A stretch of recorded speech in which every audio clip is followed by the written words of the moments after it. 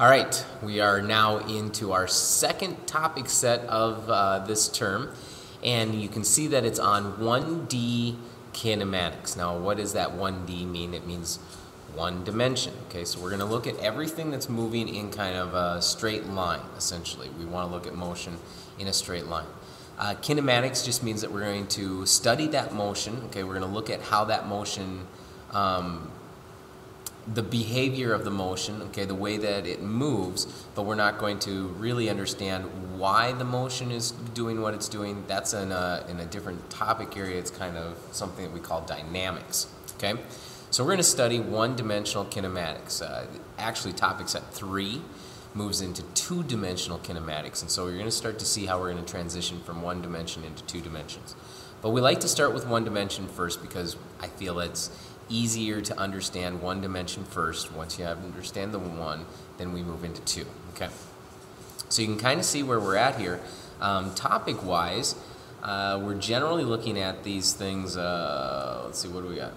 Distance and displacement, and we start to move into speed and velocities, and we're going to do a lot of graphing with this, and then finally we get to start dropping some objects, okay, and we get to look at free fall, and free fall is kind of the fun part of it.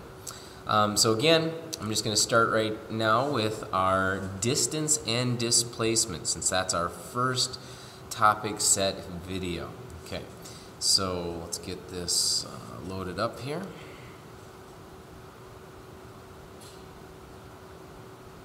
Sometimes it takes a moment for my laptop to get ready to go.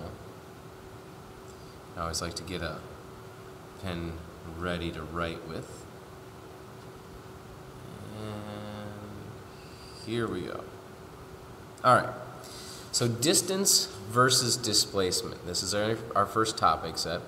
And really it's about these things called scalar quantities and vector quantities. So that's kind of where we're going to start, is by looking at things that are either scalar or things that are a vector.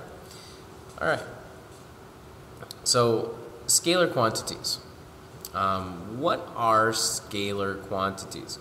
Now, you may have talked about some of these in a prior science class, but I'm guessing that you probably don't remember them at all. The biggest thing to think about when we think of scalar quantities is that they're described with this thing what we call magnitude only. And when we say magnitude only, we're really saying that it's a number value. Okay, so there's some kind of a number value that's associated with it. Some of our favorite things that we find measurements of are all scalar quantities. So if we're finding the mass of something, if we're finding the temperature of something, if we're finding the amount of something, if we're finding the length of something, okay, all of these things are described as scalar quantities. And so I've got my car, so I could find the mass of my car, and maybe I could even measure how far does my car move, okay, and so that's a length, and so I could describe all this with just a scalar quantity, okay? Scalar quantities, they're magnitude only, they describe, or they're a number value only. When we really get into the interesting stuff is when we start looking at vector quantities. In vector quantities, you'll see I've got some pictures of arrows. We usually always represent vector quantities with an arrow, okay? So arrow represents a vector quantity.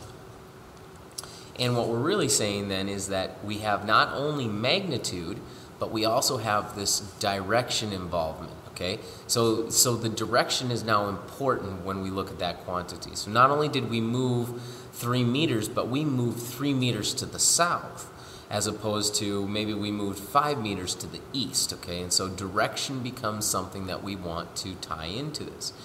Now, sometimes this direction can be associated with either a positive value or a negative value. So sometimes we use sign changes to talk about the direction component, okay?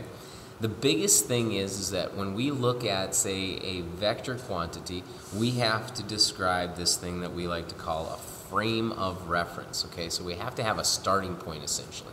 We have to have a point at where we can start to say, this is where we're going to begin and this is where we're going to go to. It gives us perspective as to where the arrow is going to go. And so typically that's what we like to do. We like to see an arrow, and we like to know which direction is that arrow pointing. Okay, so, and then we define something as being positive. So maybe in my example here, I'm saying positive is that direction. So in other words, this arrow might have a magnitude of, say, 5 meters, okay, and it's in the positive direction. Where maybe we define positive as being up, and this arrow then might represent, say, 3 meters, but it's going in the opposite direction, so we would say it's a negative 3 meters. Okay, so again, direction is now important. Okay, and we're going to see why this direction is going to become so important when we start to try to express the differences between distance and displacement. Okay, distance and displacement. So you can see I've got a little football here. I happened to watch the Super Bowl the other night here. It'll be the other night now, but it was actually last night when I recorded this. But anyways, it's a great understanding of one-dimensional motion, okay? So when we look at our football, we say, well, the football's going to move, okay? And so we had to define, we needed to define where our frame of reference was. And so this being my starting position, this might be my line of scrimmage. So this is my starting position right here. And so I actually say that I have a position that's equal to 0. Okay, and then the ball moved to this new position over here, and so this arrow represents the change from the starting position to the final position. Okay, and so this arrow then might represent, say, let's say it measures 3 yards. Okay, so it was a 3-yard gain. So we gain 3 yards on, say, the first down. Then we make another play, and we watch what happens to our football, and our football seems to gain some more, and this vector now, okay, this vector right here, this arrow, this representation in the positive direction, says that we gain maybe 4 more yards. Now what we can say is, from our starting position to here, we have a displacement, okay? The displacement has been 7 yards in the positive direction, because we're defining that positive direction is that way, okay? So right now, our displacement was 7 yards. 7 yards from our line of scrimmage, okay? And the distance that the football has traveled is also 7 yards, okay? 7 yards is the distance, and 7 yards is the displacement. Now, the next thing that we start to look at is what happens when our football all of a sudden has, for our third down, we take a loss of yards, okay? So now all of a sudden we see that we're going backwards, and maybe we went backwards like 4.5 yards, okay? Or maybe 5 yards. Let's say it's 5 yards. So we had a 5-yard loss. So our arrow's now pointing in the opposite direction, which is implying that we have a negative value due to our frame of reference. So our frame of reference says that we've moved backwards 5 yards. When we start to talk about our displacement now, again, displacement is always going to be measured from that original position, or from our starting point. Our displacement now can be represented by this arrow. So in other words, this arrow represents my displacement. My displacement here is positive, and it's actually going to be like 2 yards. Okay? So my displacement is measured from my starting point in my frame of reference. Now my distance traveled, though, my distance is greater than this. So I actually moved 3 yards plus 4 yards plus 5 yards, so I have a total of 12 yards that the ball moved, okay? Where my displacement was only 2 yards. Okay, so big difference here between what we call displacement and what we call distance. Now, distance we tend to consider to be a scalar quantity. Okay, it's a scalar quantity. The direction didn't matter. We just took our arrows and we added them up. So in other words, 3 yards plus 4 yards plus 5 yards, that gave me 12 yards. I don't care if it was in the positive direction or if it was in the negative direction. All I know is the ball moved, and the ball moved 12 yards. Now the displacement, though, is the opposite of this. This is our vector quantity, in which the the arrow is important to us. So in other words, this arrow was pointed in this direction, and this arrow was pointed in this direction, so these were positive values, and this arrow was pointed in the negative direction, so that was negative values. So now the sign actually matters. Okay, so in displacement, the sign matters, and we ended up with positive 2 yards. Okay, so in other words, we know that we gained yards from the line of scrimmage. Okay, that's really the difference between distance and displacement. And one's a scalar quantity, and one's a vector quantity.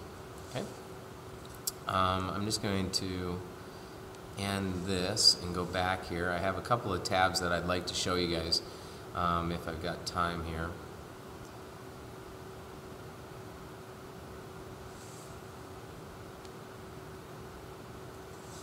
Sometimes it's a little slow. All right, and now we're going to discard that. And I'm going to put it back here. And so you can see that as we started to move through this first topic, and this is be one of those things, oops,